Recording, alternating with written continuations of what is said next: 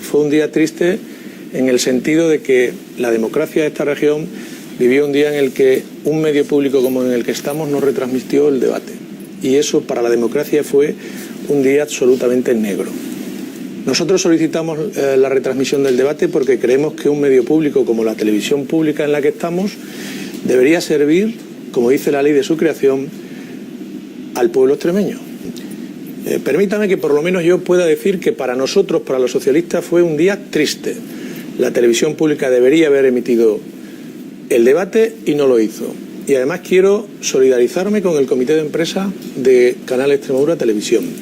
Y quiero defender a los trabajadores de este medio y de la radio pública por la dignidad que tuvieron para salir a la calle, para reivindicar en la calle que este medio debe estar al servicio de todos los ciudadanos extremeños y no al servicio del partido en el gobierno.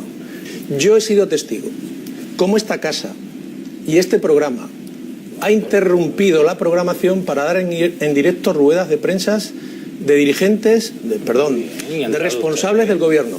Ha interrumpido Luego se podría haber interrumpido, pero se podría haber interrumpido y no hubiera pasado nada en lugar de hacer un programa de cocina, con todo el respeto para los programas de cocina, que los ciudadanos hubieran estado viendo un debate de altura en la Asamblea entre sus máximos dirigentes. El de la anterior semana no fue de altura y se dio entero, completo. ¿Y por qué se da el de la... otro no? Y entonces señor Vigario, ¿por qué se da el de la semana anterior y no se da el de ayer?